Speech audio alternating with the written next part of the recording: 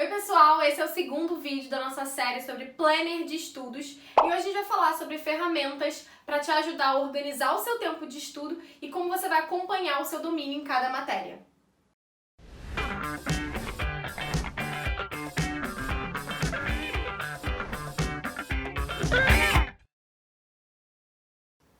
O formato mais básico que a gente vê em todos os planners é o calendário. O calendário é uma ferramenta com uma visão mensal para você organizar seus dias, com as suas tarefas de estudo, de trabalho, de vida pessoal, ou juntar tudo isso.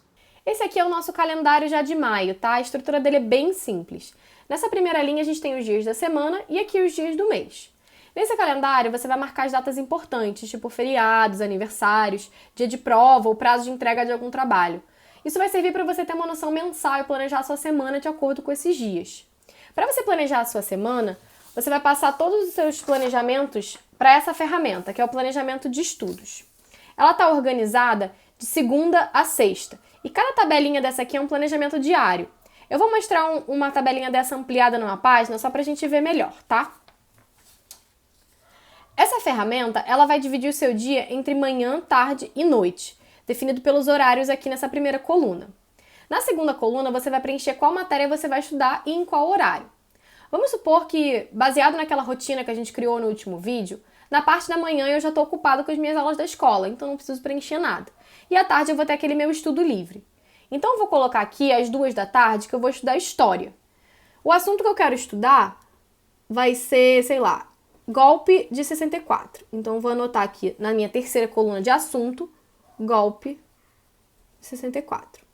Eu vou estudar essa teoria através de, sei lá, o meu livro da escola ou uma apostila do meu curso. Então eu tenho uma coluna de teoria e eu vou escrever aqui livro.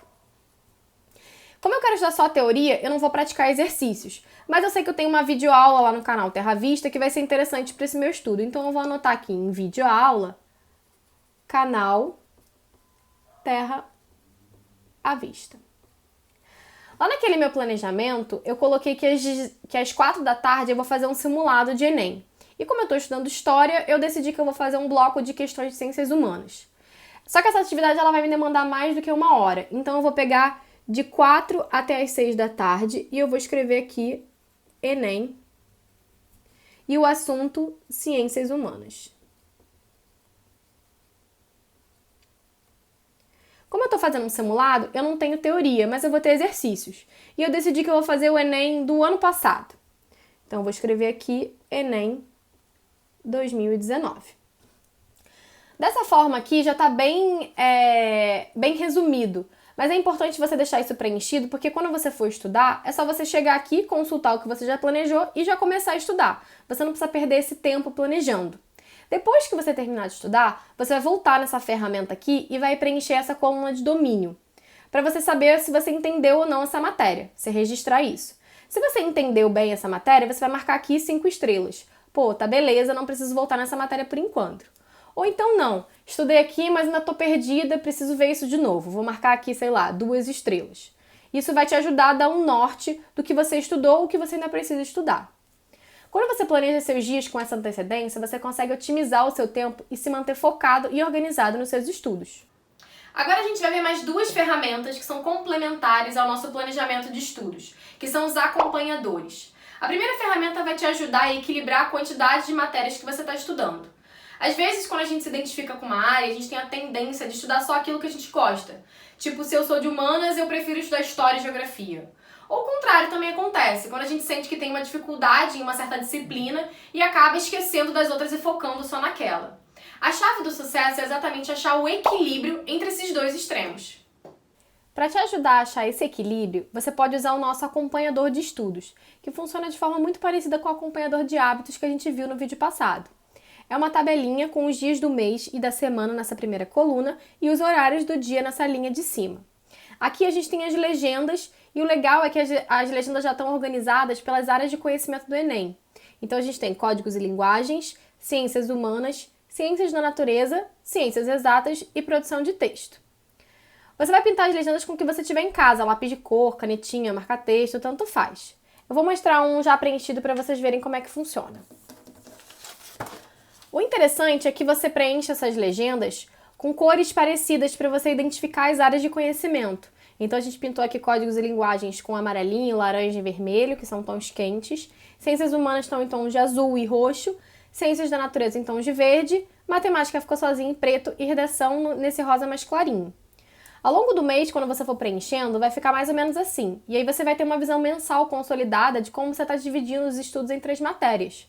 Olhando aqui, o ideal é que fique tudo bem colorido, que aí você vai ver que você não está pesando mais em um nem em outro.